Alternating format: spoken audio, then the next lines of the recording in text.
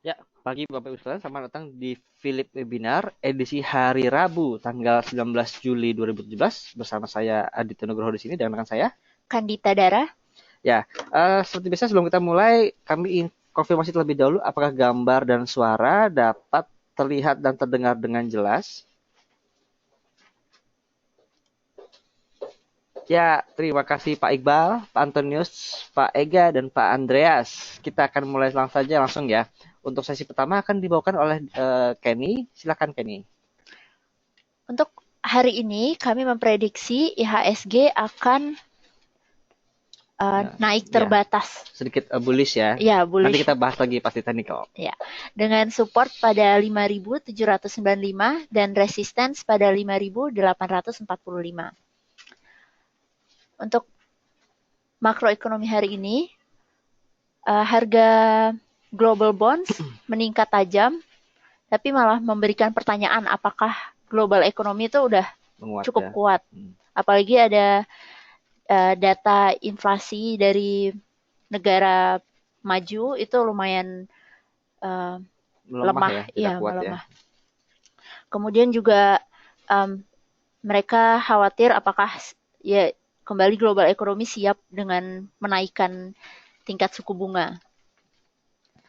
Kemudian untuk ekonomi kalender itu Bank of Japan memulai peraturan untuk pertemuan setiap 2 hari. Oh, mulai ini apa policy meeting dua hari sepanjang dua Oh, hari baru mulai ya oh mereka ya. ya, Jadi ya ini untuk suku bunga apa aja saya ya untuk suku bunga. Jadi lagi membahas mulai mengenai suku bunga ya. gitu. Kemudian Data ini ya housing ya. ya, Nanti kita masih menantikan data housing juga untuk bulan Juni. Lalu cadangan minyak dari EIA dan juga Bank Sentral Eropa meeting yang akan hari Kamis. Nah hari ini juga sudah mulai kan ya 2 hari untuk meeting RDGBI. Jadi kemungkinan akan kita tahu besok apakah BI akan naik, Seven Days Repo akan naik atau tetap. Dan juga pada hari Senin kemarin ada laporan mengenai data ekspor impor kita ya. Memang oke. kalau ekspor impor kita agak plunge atau nyemplung ke bawah, tapi memang karena bulan Juni lalu kita mengalami lebaran di mana banyak libur, jadi mungkin tidak terlalu produktif pada bulan Juni lalu. Ya. Sisi positifnya adalah penurunan impor lebih tinggi daripada penurunan ekspor, jadi ada net trade balance-nya positif ya. Kita surplus 1,6 miliar dolar pada saya kalau salah ya. Ya, itu untuk sisi perdagangannya. Kalau news ada apa kan? Untuk market news hari ini, saham DGIK PT Nusa Konstruksi Engineering Tbk akan disuspensi mulai pada hari ini. Mm-mm. Ini terkait kasus korupsi pembangunan Rumah Sakit Udayana. Jadi IDX mulai hari ini mensuspensi penjualan saham DGIK. Jadi ini perdana ya untuk KPK menjerat sektor korporasi swasta. Jadi mungkin IDX menimbang supaya tidak terjadi kepanikan ya. Mungkin sebaiknya di suspend terlebih dahulu untuk saham DGIK ini. Ya. Kemudian market news yang kedua datang dari PTS Hardware Indonesia atau ACES melaporkan pendapatan sebesar 2,7 triliun atau meningkat 17% year on year. Untuk Berita bagus semester nih. satu ya. Untuk semester 1 betul sekali. Kemudian same store sales growth mereka se-Indonesia juga meningkat menjadi 22,8%. Kemudian karena sebagian besar produk S hardware ini barang impor, jadi efek dari penguatan rupiah juga memberi dampak pada ACES. Ya, jadi ini berita bagus untuk sektor retail di mana teman-teman yang lain banyak mengalami pelemahan ya seperti Matahari dan juga untuk Ramayana, tapi E1 ini justru menguat. Nah, ini termasuk dalam coverage kita, jadi nantikan untuk update reportnya. Iya.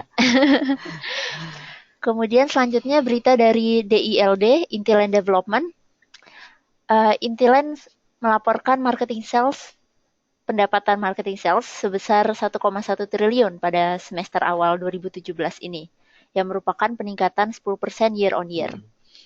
Kemudian Intiland memfokuskan strategi mereka untuk penjualan yang proyek sudah ada seperti One Park Homes, South Quarter 2, dan Serenia Hills.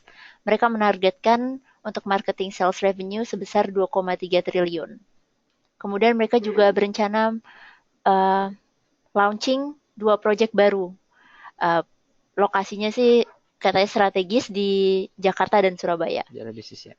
Ya, kemudian berita terakhir dari Lautan Luas Tbk, LTLS meningkatkan equity dari 113,3 miliar menjadi 117,1 miliar rupiah dengan menerbitkan 3.800 saham baru dengan total nilai 3,8 miliar.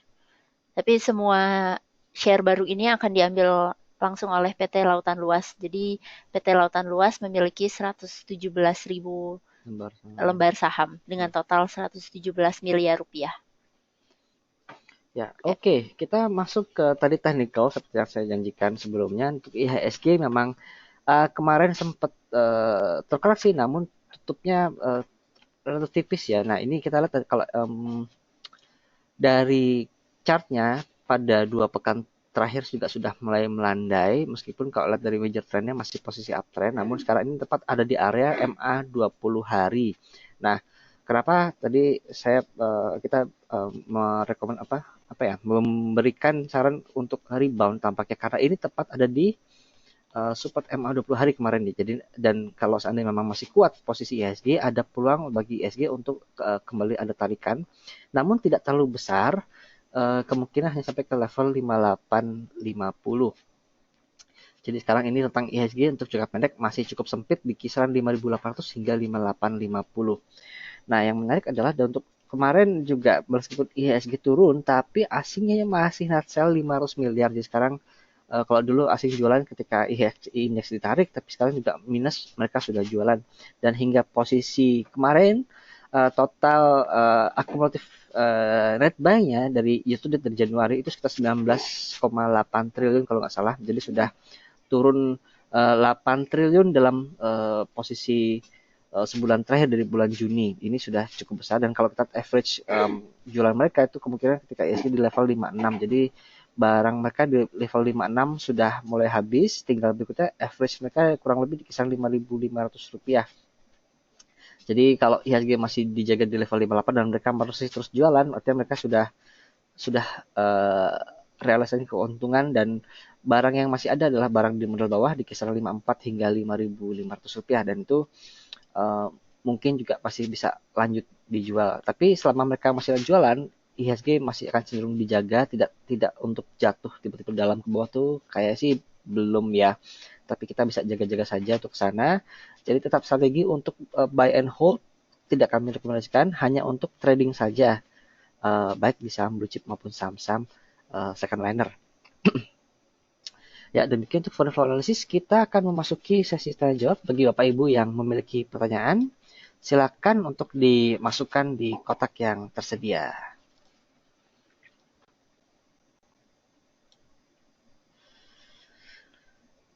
Ya, pertama dari Pak Iqbal, saham Kalbe, Aces, dan BJTM. Nah, ini Aces tadi kabarnya di koran, tapi kalau lihat dari di IDX sendiri belum ada keluar income statement-nya. Saya memang kalau kabar bagus mereka bocorkan dulu ke publik ya sebelum rilis laporan. Tapi nggak apa. Itu sinyalmen bagus untuk Aces. Kita ke Kalbe dulu ya.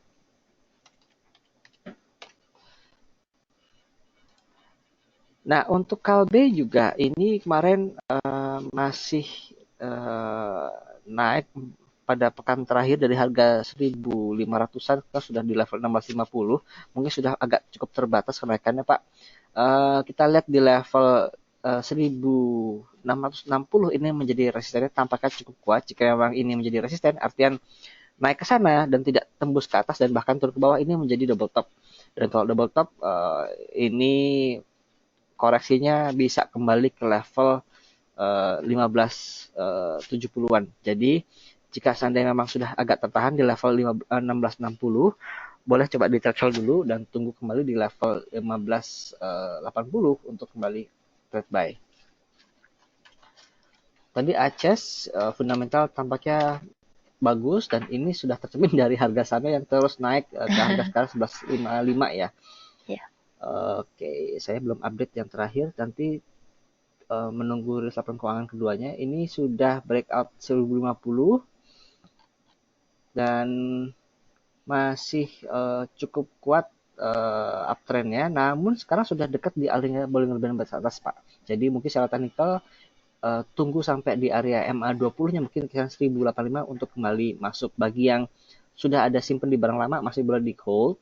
Bagi yang ingin trading jangka pendek ya ini bisa coba trade sell dulu dan ini tampung kembali di level 1080 untuk kembali ambil. Tapi melihat dari kondisi fundamental yang solid ya ini hold pun masih bisa ya. Tapi sekali lagi kita lihat untuk market secara keseluruhan tadi, kalau IHSG memang dalam tekanan jual besar-besaran ya ada kemungkinan untuk saham ACES juga terpengaruh, namun untuk saat ini masih belum ke sana, tapi tetap perhatikan ketat sentimen keseluruhan yang ada di bursa kita. Lalu BPD Jawa Timur. Nah, kemarin ini BPD Jawa Timur sudah public expose rilis laporan keuangan semester 1 ya di hari Selasa kemarin, dan untuk tahun 2017 BPD Jawa Timur mengincar pertumbuhan laba bersih 10,75% ya, dengan target sekitar 1,3 triliun. Nah, sampai dengan semester 1 ini BJTM sudah meraup laba bersih 738 miliar atau naik 31,57% year on year ya. Ini solid sekali ya Pak Jasa ya. Dan juga kreditnya meskipun kreditnya naik cuma 4,1% menjadi 30 triliun rupiah. NPL juga agak mengkhawatirkan, ini naik jadi 4,8% per semester 1 2017 dari posisi 4,58 di semester 1 2016 ini sudah mulai mendekati area 5%. Jadi sudah harus hati-hati, mungkin akan meningkatkan cadangannya Pak Jasa ya. Jadi kalau cadangan naik biasanya labanya akan terkoreksi. Itu untuk fundamental. Jadi concern mereka masih di sektor NPL-nya. Nah, untuk harga sendiri mungkin akan sedikit ada tertolong dengan rilis laporan keuangan itu, mungkin sampai ke level 670, tapi tampaknya 670 ini tidak terlalu kuat ya. Kita lihat tadi kalau 670 ini bisa breakout atas, next ke 700 rupiah. Namun jika seandainya tertahan di level 670 bisa coba trade sell dulu dan kembali coba tampung di kisaran 620 rupiah untuk saham BJTM jangka pendeknya. Lalu Java, Pak Swandri Andri, apakah sudah bisa masuk? Oke, Java. Ya, Java justru hold dulu Pak, itu sudah mulai konsolidasi ya pasar naik ya, jadi mungkin wait and see dulu kalau Bapak belum ada masuk. Kalau kita lihat dari fundamentalnya sebenarnya kalau nggak salah sih bagus ya Java ya.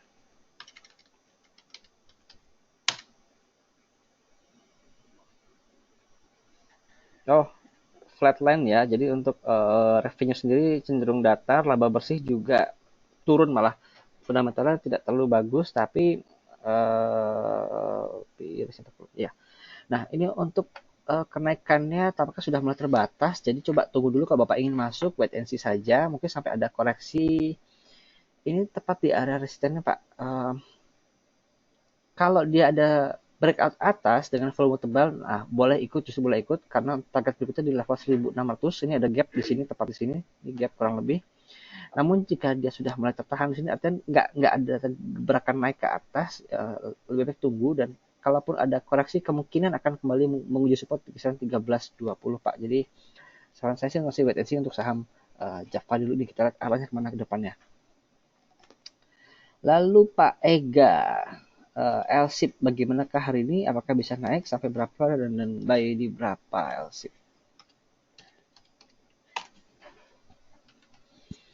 Oh, justru tampaknya ada peluang untuk lanjut koreksi Pak Ega. Jadi kalau ingin masuk coba tunggu nanti di kisaran 1375 sampai ke 1390 ya. Ini area ini menjadi support di saham LSIP. Jadi kalau sekarang sih kalau dari indikator MACD maupun stokastik sih ada peluang lagi ya untuk melemah ya. Jadi masih wait and see saja untuk saham LSIP, kemungkinan di level 1375 boleh bisa masuk.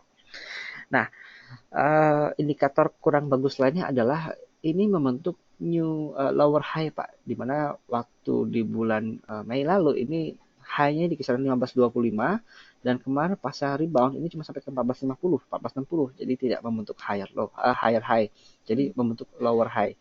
Nah, kuncinya adalah jika dia jebol support 1375-nya, nah ini berarti bisa membentuk lower low. Dan kalau sudah konfirmasi ada lower high dan lower low, berarti ini konfirmasi masih bearish di saham LSIP. Jadi kita masih wait and see dulu. Tadi untuk support 1375 ini masih sifatnya spekulatif, jadi tidak untuk full power dulu, coba sebagian. Pun seandainya ada masih turun, untuk cut loss pun masih tidak terlalu besar, dan tunggu sampai di area bawahnya lagi untuk kembali tampung di saham LSIP.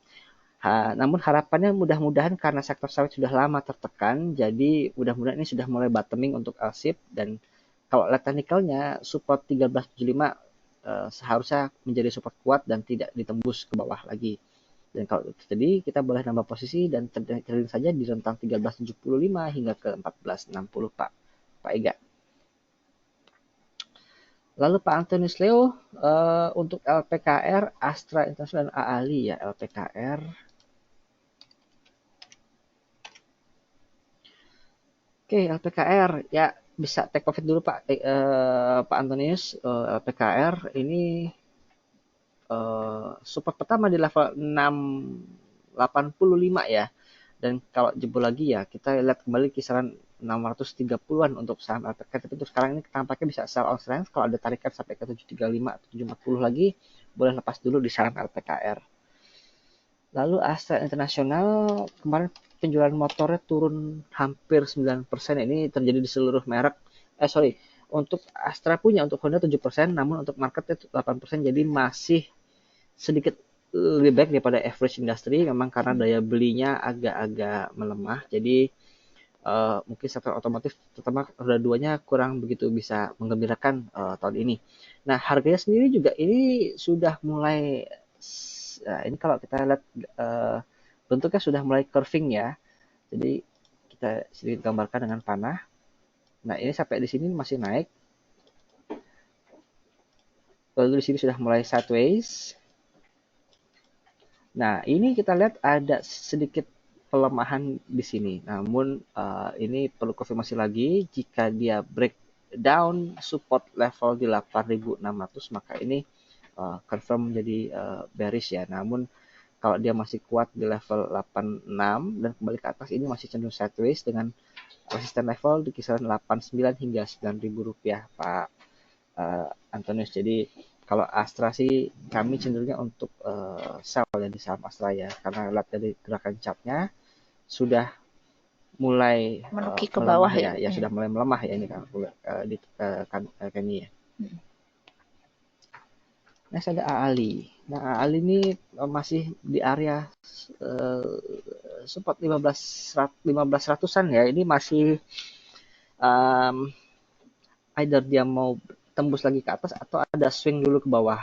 Kalau lihat dari indikator MACD maupun stokastik sih tampaknya peluang swing ke bawah lebih besar. Jadi mungkin bagi yang sudah ada ingin trading dan sempat ambil di bawah modal 14-an ke bawah dan ingin trading, bisa coba sell dulu mungkin di 15.200 ya, dan tunggu mungkin di kisaran 15.900 ini support pertama untuk kembali tampung di saham AALI.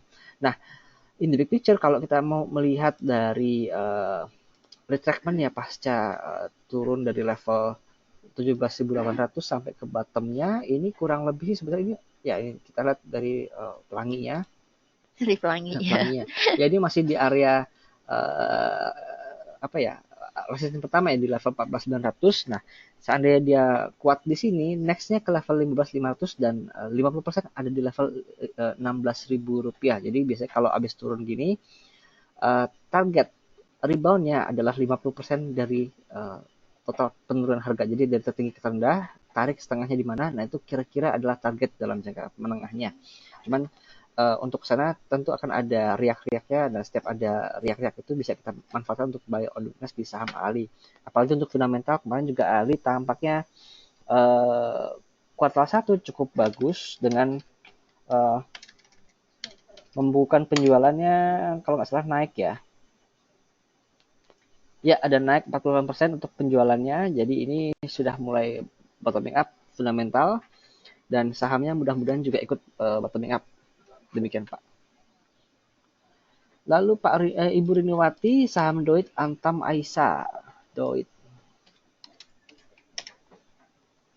Ya, Doit ini masih sideways Ibu ya, dan udah ada di area Bollinger Band atas di Rp900. Kalau Ibu ingin trading ya, trading lepas di 900 dan boleh beli lagi di level 800, tapi sebaiknya jangan dijual semua Bu. Ini juga ada peluang karena lihat Bollinger Band-nya sudah mulai merapat, biasanya dia akan ada gerakan yang cukup signifikan. Jika dia ada tiba-tiba kenaikan signifikan dan volumenya, ini volumenya cukup besar ya,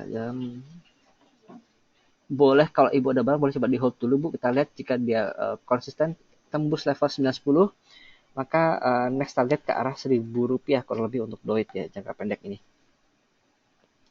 Lalu Antam masih bertahan di atas 700 kah? Iya, ini masih hovering di atas Rp700. Sementara ini masih sideways Ibu. Jadi kalau ada tarikan sampai 740, 750, boleh coba trade sell dulu dan tampung kembali di kisaran Rp700 untuk Antam. Sementara untuk fundamental juga belum ada gerakan signifikan ya, harga masih stabil dan juga nikelnya masih terus rendah di level $9.000 per tonnya.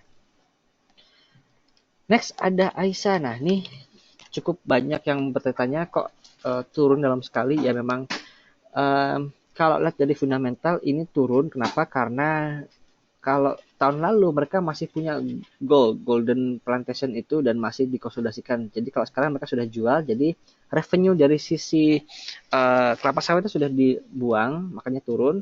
Itu satu. Kedua adalah penjualan berasnya ini yang signifikan juga di angka menyumbang revenue, turun sekitar 11,7%. Jadi memang dari situlah yang memukul keras Aisa dari sisi fundamental. Tapi kalau lihat dari sisi lain, balance sheet equity-nya masih tumbuh, artian masih ada laba dan masih solid secara fundamental untuk perusahaan. Tinggal kita lihat secara sistem mungkin ada gangguan dari sistem produksi beras, kita belum tahu sampai dalam sana. Namun memang ini pemegang saham tampaknya melihat itu reaksinya apa ya, kecewa ya, jadi mereka buangan. Mungkin bisa tunggu sampai ada reda buangannya. Ini sudah mulai melandai Ibu, jadi mudah-mudahan kemarin 14.50 ini adalah bottom. Dan kalau lihat dari memang MACD lain ini sudah sangat di bawah sekali dan sudah mulai di area teritori positif, jadi mungkin sudah mulai bisa rebound kembali. Namun kalau rebound kita lihat untuk retractment-nya kemungkinan sampai ya di sini kurang lebih 50%, itu kurang lebih 1880. Jadi jika memang sudah confirm sideways atau rebound, kita akan melihat dalam jangka menengah ke level 1883 untuk saham Aisa sebagai target price-nya. Syaratnya adalah dia harus tembus dulu di 1650-nya Bu. Jika dia 1650 dia masih belum tembus, ya kita masih kembali lihat level 1440 sebagai supportnya di saham Aisa. Saran kami jika Ibu sudah ada barang di bawah kemarin boleh di hold. Jika Ibu masih nyangkut di atas, mungkin minggu-minggu ini bisa lihat mulai averaging down di saham Aisa dan bisa trading. Jika ada kesempatan untuk kenaikan bisa jual dulu, dan ada koreksi bisa ambil kembali untuk mengurangi kerugian akibat nyangkut yang kemarin. Pak Junedi Syukur, saham BRI, ICBP dan WSKT ya. BRI dulu. Sekarang sudah mulai rilis laporan keuangan semester 1 ya, kita masih menantikan BRI seperti apa. Nah, kalau harganya juga ini masih konsolidasi tapi di atas, kemungkinan akan cenderung sideways Pak. Jadi sekarang kalau ada tarikan sampai ke level 15.400, 15.300 boleh coba di trade sell dulu, dan supportnya di kisaran 14.600. Jadi ini rentang trading 14.6 sampai ke level 15.300 rupiah di saham BRI untuk jangka pendek ini. Jadi sebaiknya untuk trading saja masih. Lalu ada ICBP. Ya, ini juga sideways Pak, lebih baik di trading saja. Dan sekarang ini lihat dari indikator stokastik agak dead cross ya, meskipun belum sampai area overbought. Jadi mungkin kalau belum ada orang, tunggu sampai di level 8450 atau 85 untuk tampung kembali dan siap-siap take profit di kisaran 8.800. Jadi masih swing trade-nya di saham ICBP ini Pak. Lalu ada WSKT.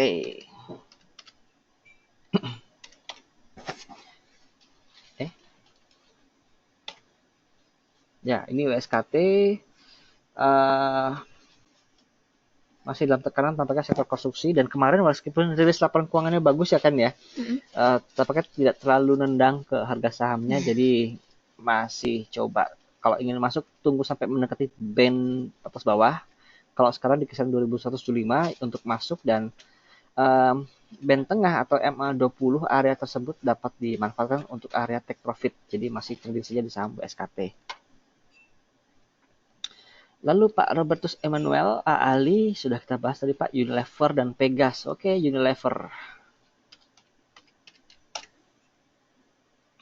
Ya, ini Unilever juga sama seperti IHSG sudah mulai memuncak, dan kalau kita zoom ini sudah membentuk lower high. Nah, ini kalau sedikit kita gambarkan.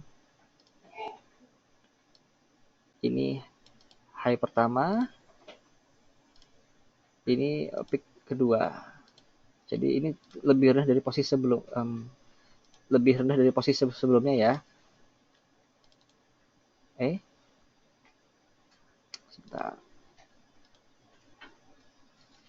Nah, ini sudah lebih rendah dari posisi tertinggi sebelumnya, dan ini peluang buat saham Unilever breakdown ke bawah cukup besar Pak. Jadi kalau Bapak masih ada barang dan modal di bawah, lalu mungkin kalau ada tarikan bisa coba trade sell dulu di saham Unilever di 48.500, dan wait and see dulu, tunggu sampai konfirmasi breakdown dan supportnya di berapa untuk kembali masuk. Jadi kalau posisi downtrend sih sebaiknya tidak untuk trading, karena risiko untuk loss lebih besar daripada posisi gain. Jadi setelah bisa jualan, bisa beralih ke saham lain dulu yang bisa memberikan keuntungan lebih.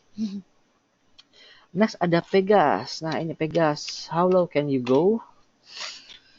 Kemarin sempat ada tarikan sampai ke 2260, namun tutupnya kembali di 2220, jadi masih belum kemana-mana. Nah ini ya kemarin seperti yang saya bilang, ini udah harga terendah hampir 10 tahun yang lalu, dan ini tepat di area support. Critical point, jika dia mampu memantul lagi ini masih bagus, tapi kalau dia jebol ke bawah maka ini tidak begitu bagus ya, tidak bagus buat saham Pegas, karena arah bawahnya kita lihat di sini bisa kembali ke 2000 dan beyond ya.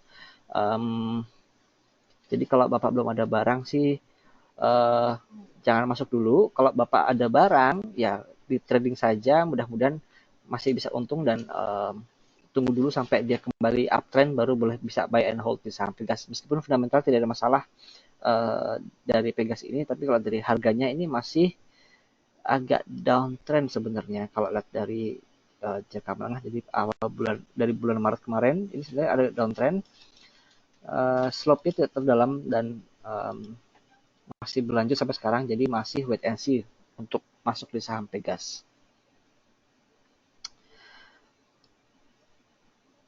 Oke. Wow, banyak ya. Lalu ada Pak Sumitro, Trump, Indi, dan Harum. Ya, Trump, Tanda Maritim ini hanya untuk spekulasi Pak. Trump, tidak untuk di hold. Kalau ada naik, sebaiknya dijual saja saham Trump, dan tidak untuk di hold sama sekali saham Trump ini, karena memang fundamental tidak mendukung, dan volatilitas sangat tinggi sekali. Lalu ada Indika Energi.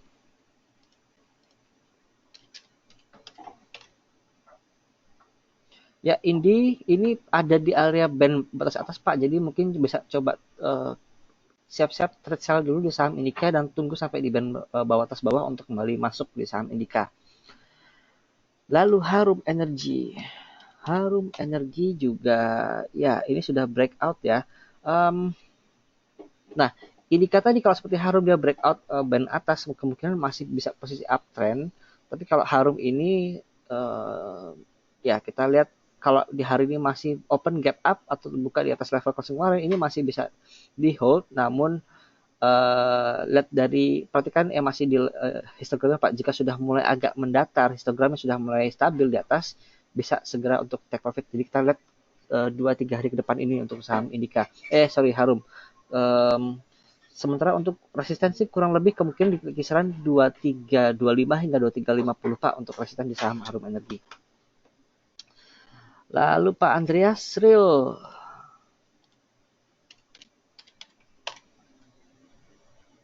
Ya, Sril juga mulai menembus ya. Mulai menembus, tapi volume juga tidak terlalu besar. Mungkin bisa coba trade sell dulu Pak di kisaran 360 mungkin ya untuk Sril, dan tunggu lagi di kisaran 320 untuk masuk.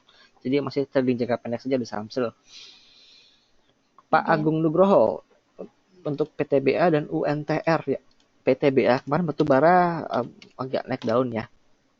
Iya. Nah, PTBA juga masih uptrend. Kalau Bapak masih ada barang di bawah, boleh coba di hold. Sini view untuk batubara overall tahun ini tampaknya masih bagus untuk batubara. Harga batubara masih stabil di $70-80 dan juga untuk income statement emiten batubara sudah mulai recovery dari 3 tahun terakhir yang better dengan diterah penurunan harga batubara. Jadi tahun ini mungkin akan menjadi rebounding period untuk saham batubara. Jadi tahun ini masih bisa di keep Pak untuk sektor batubara termasuk PTBA dan UNTR di dalamnya. Nah, untuk PTBA sendiri untuk resisten sekarang ada di area 13.000. Kita lihat jika masih trennya seperti ini masih bisa di hold untuk saham batubara.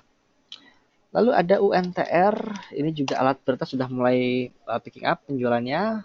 Mudah-mudahan juga dari batubara juga mampu menopang. Namun untuk harganya masih cenderung sideways. Ini bisa buy on weakness di kisaran MA20-nya. Di kisaran harga 27.600 Pak, dan take profit kalau ada tarikan kencang sampai ke level Rp29.000. Lalu Pak Raymond, INKP, Inti Indah Kiat. Ya, INKP lihat dari MACD ini sudah mulai ada swing lagi ya. Ini bagus karena kalau dari MACD lainnya turun, tapi harga tidak turun, dan ini sudah mulai kembali golden cross di atas. Jadi ada peluang bagi saham INKP ini kembali uptrend Pak. Nah, kalau lihat dari INKP, kalau dia naik ini cukup panjang, kenaikannya bisa berlangsung 3 bulan ya, 2 bulanan lah. Dan dia sudah mulai naik. Kalau dia breakout level 2829 lah, ini level tertinggi sebelumnya, ini konfirmasi breakout rally dan bisa di buy and hold untuk saham INKP. Pak Andika, tadi Aisyah sudah dibahas, Doit juga sudah dibahas tadi ya. Lalu ada Ibu Levi, Antam, Garuda dan MPPA. Tadi Antam sudah dibahas, Ibu Levi, Garuda Indonesia. Ya, Garuda masih di trading saja Bu. Kemarin ada koreksi dan emang ada di area resisten ya, di level 362. Jadi kalau ada tarikan lagi bisa trade sell dan tampung kembali di kisaran 340 Ibu.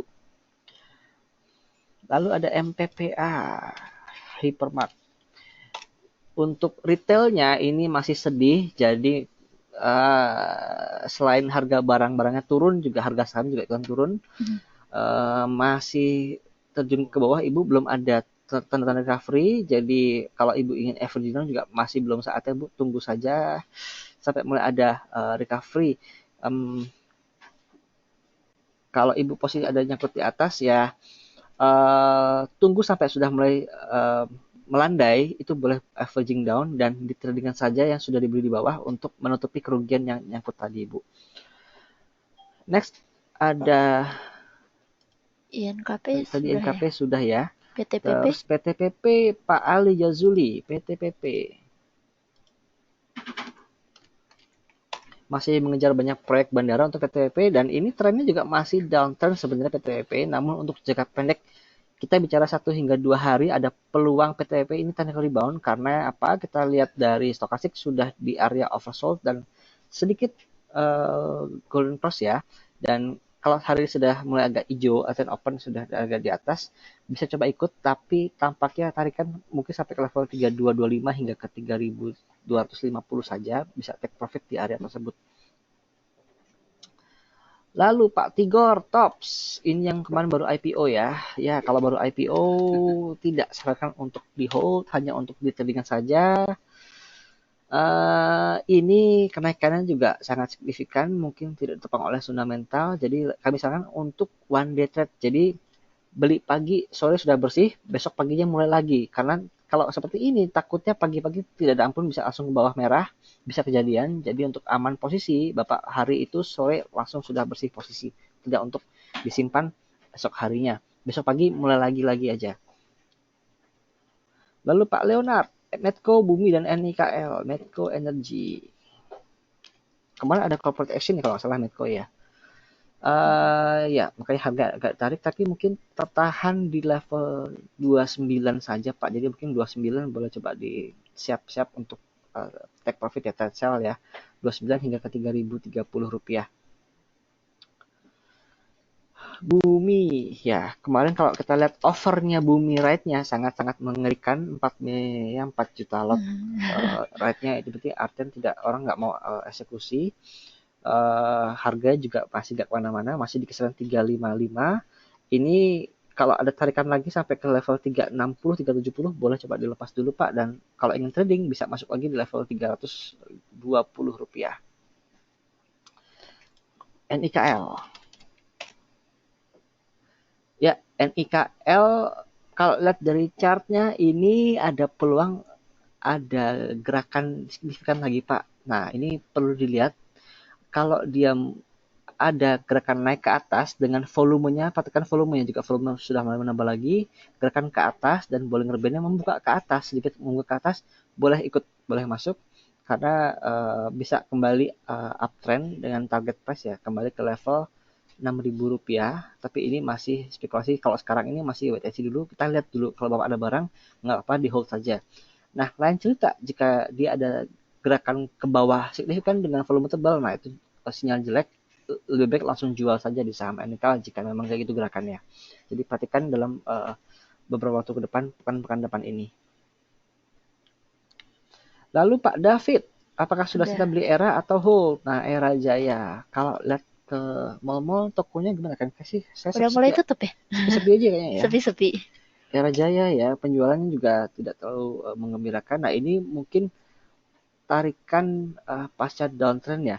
Nah kalau recovery pasca downtrend yang lebih aman ya, harusnya ada fase konsolidasi dulu baru ada pelan-pelan naik. Kalau kenaikan sangat signifikan begini, takutnya hanya temporary dan tidak lama, dan ini sudah ada di area setengah kurang lebih di level 650.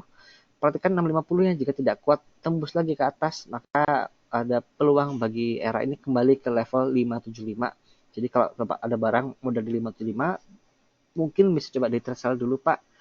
Kita lihat ada koreksi kembali, boleh ambil. Kalau dari sisi company-nya ini tidak ada masalah, ini perusahaannya bagus, nggak aneh-aneh. Cuma memang karena demand masyarakat yang agak melemah ya daya belinya. Jadi mungkin penjualan akan cenderung stagnan untuk gadget pada tahun ini. Pak Ega, untuk KBLI bagaimana? Oke, KBLI. Ya, KBLI juga mirip seperti tadi NIKL ya. Ini minim gerakan, tidak ada volatilitas, bahkan volume juga sangat tipis sekali. Tunggu saja Pak, kalau ada memang digerakkan kembali, volumenya menebal, nah itu boleh ikut. Namun jika volumenya masih begini saja, belum saatnya untuk masuk dulu di saham KBLI. Tunggu ada volume baru boleh nambah. Lalu Pak Henry ya, kalau AALI contoh ya, pakai Fibo 50% sebagai target price, trigger buy-nya pakai indikator apa? Baik, kita contohnya ini sekaligus short course untuk technical. Nah, untuk trigger buy, nah kemarin ini kita lihat kalau kita tarik sebelumnya, ini sebenarnya kalau pakai Fibo sudah kelihatan bottomnya di area kisaran 14.000 Pak. Nah, kalau kita bicara tanggal 13 Juni deh, berarti ada resisten di level 14.900 atau 15.000 katakan. Trigger buy, jika dia breakout atas 15.000, maka ini berarti indikasi awal bahwa saham AAL ini kembali uptrend. Dan juga kalau kita bikin trend line-nya, sebenarnya sudah mematahkan dari downtrend channel-nya sejak kurang lebih sama di tanggal-tanggal 19 Juni ya. Ini sudah indikasi awal dia breakout dari downtrend channel-nya. Kedua juga dia breakout resisten dari Fibonacci 23%-nya, dan juga lihat dari MACD line ini sudah mulai picking up atau sudah mulai menanjak lagi. Sekarang ini dalam fase konsolidasi Pak, dan mudah-mudahan ini konsolidasi menuju uptrend lagi ya. Jadi ini tidak perlu khawatir dulu. Dan trigger buy-nya adalah jika dia mampu tembus minor resisten kira-kira di kisaran 15.250. Kalau dia breakout ke atas sana, ini dengan volume tebal tentu saja ini indikasi dia kembali naik kembali, arahnya. Jadi itu kita lihat baca-baca indikasi dari saham AALI itu. Dan kalau lihat dari gerakan seperti ini, ada potensi besar bagi saham AALI ini kembali uptrend dan menguji level presiden pertama paling tinggi level Rp16.000 dalam beberapa waktu ke depan. Demikian Pak Henry. Tadi PTB dan Mikro sudah Pak Setiadi ya. Lalu LPKR boleh diulang? Oke Pak Andi. Ya LPKR kita lihat tampaknya sudah saatnya untuk trade sell Pak Andi ya. Jadi kalau Bapak kemarin ada barang modal di bawah di 640-an, mungkin bisa coba trade sell di 730 740, dan boleh tunggu lagi. Kita lihat support pertama di level 690. Nah, ini level 690 jika dia kuat dan kembali ke atas, maka ada minor uptrend di sini ya, dan boleh ikut dengan resistennya kembali ke level 740. Namun jika dia jebol ke bawah, ya berarti masih sideways dengan rentang antara di level 630 hingga ke 760 rentangnya. Jadi kita lihat pertama, kalau support 690-nya kuat, berarti masih ada uptrend minor ke level 760 dan mungkin bisa tembus ke atas lagi. Namun jika di level 690 tidak kuat dan jebol ke bawah dan kembali tertahan di level 630, berarti masih dalam trend sideways rentang di 630 hingga ke 760. Sekaligus menjawab Pak Hendra Lawrence ya, sama SCMA Wika. Oke. Hari ini kita agak laris ya, Kenny ya. Jadi mungkin pembahasan agak sedikit cepat biar kita bisa menjawab semuanya. SCMA ini sudah mulai melandai Pak, jadi sudah mulai konsolidasi dari downtrendnya, tetap masih wait and see dulu sampai paling tidak Bollinger Band-nya merapat ya. Kalau ini masih lebar, jadi merapatnya bagaimana? Band batas bawah dia harus sudah mulai melandai atau mengurangi degree penurunannya sudah mulai agak horizontal, baru itu sudah mulai sideways. Kalau lihat dari indikator MACD-nya ini juga sudah mulai sideways, ini sudah line-nya sudah mulai mendata dan histogramnya sudah menunjukkan ada pengurangan dari kekuatan pelemahan, jadi sudah dalam fase konsolidasi. Seharusnya dalam 1 hingga 2 hari ini kita akan melihat ada gerakan mendatar di saham SCMA, dan kalau ingin spekulasi boleh coba buy on the weakness di kisaran 2.200 Pak untuk saham SCMA, dan tunggu kalau memang confirm 2.200 ini supportnya, maka pantulannya bisa mencapai kisaran 2.500, di mana sini juga ada gap sedikit ya di level 2.500-nya. Next ada Wika. Ya oke, Wika ini tidak bagus, ini ya patah ke bawah. Satu, ini histogram MACD-nya ini masih terus menguat, jadi artinya kekuatan pelemahan masih ada. Kalau ingin averaging down atau buy on risk masih tunggu dulu, belum saatnya. Tunggu sampai paling tidak histogramnya sudah mulai melandai seperti kejadian di tanggal 11 April lalu. Ini histogramnya kembali berbalik arah, ini boleh diikuti. Tapi pun ada tarikan hanya sampai kisaran 2.200 saja tampaknya untuk saham Wika ini. Tapi sekali lagi sekarang masih wait and see, belum saatnya untuk masuk di saham Wika. Next Pak Erik Bone ya, saham BNLI ya. Ini saham dulu enak buat tektokan, sekarang masih nggak ya? Ya masih, ternyata ini sudah mendekati area band batas atas di level 715. Tampaknya bisa coba trade sell dulu dan kembali tampung di kisaran 650 Pak Erik. Jadi ini hanya trading saja. Sekarang bisa trade sell dan tunggu lagi di level 650 660 untuk kembali entry di saham BNLI. Next ada Pak Hendra Lawrence BNII. Ya, BNII ini ya kalau jangka pendeknya masih sideways Pak. Mungkin sekarang sudah mendekati resisten di level 320 dan ada peluang untuk kembali koreksi. Nah, kita lihat kalau dia tidak sampai ke level 300 lagi untuk koreksinya, boleh di hold karena lihat dari yang masih di sih sebenarnya sudah mulai agak ada gerakan penguatan ya. Kalau Bapak ada barang boleh coba tunggu. Kalau seandainya level 325 ini tertahan dan tidak kuat jebol ke atas lagi, boleh coba trade sell dulu dan tunggu di level 315 untuk kembali masuk di saham BNII. Terakhir ada Pak Gunawan, ada BRPT. Bagaimana dengan BRPT pasca stock split? Ya, ini BRPT juga oke, ada peluang rebound kembali, tapi perhatikan ini ada resisten di kisaran 1660 Pak. Kalau 1660-nya jebol ke atas, boleh masuk karena next target ada di kisaran level tertinggi sebelum di level 1850. Namun jika 1660 tidak kuat, sebaiknya tunggu kembali di kisaran 15 untuk kembali tampung di saham BRPT. Kalau secara fundamental Q1 kemarin masih bagus dan valuasi masih cukup menarik untuk BRPT. Kita lihat dari TPIA-nya. Karena BRPT memang revenue itu ditopang oleh TPIA, jadi kalau TPIA-nya bagus, nah BRPT-nya juga akan ikut keangkat naik. Tapi kalau TPIA nanti jeblok, kinerjanya ya korbannya adalah BRPT. Nah, TPI ini lagi aktif dia ekspansi, membangun pabrik kimia yang baru, mudah-mudahan untuk jangka menengah dan panjang bisa sustainable dan bagus in the long run. Nah, untuk jangka pendek sih kita masih lihat dulu, perlu konfirmasi breakout level 1660 untuk BRPT. Kalau Bapak masih ada barang di bawah, mungkin model 15-an, boleh di hold dulu Pak untuk saham BRPT-nya. Ya, tampaknya sudah habis ya Kenny ya, tidak ada pertanyaan lagi, sudah 9.20 ini. Laris manis hari ini. Iya, oke. Kita akan cukupkan edisi webinar hari ini. Terima kasih atas atensi dan pertanyaan Bapak Ibu sekalian. Kita jumpa lagi besok hari Kamis ya, udah hari Kamis aja nih kan. Tanggal 20 Juli. 20 Juli ya. Oke. Selamat pagi dan salam cuan.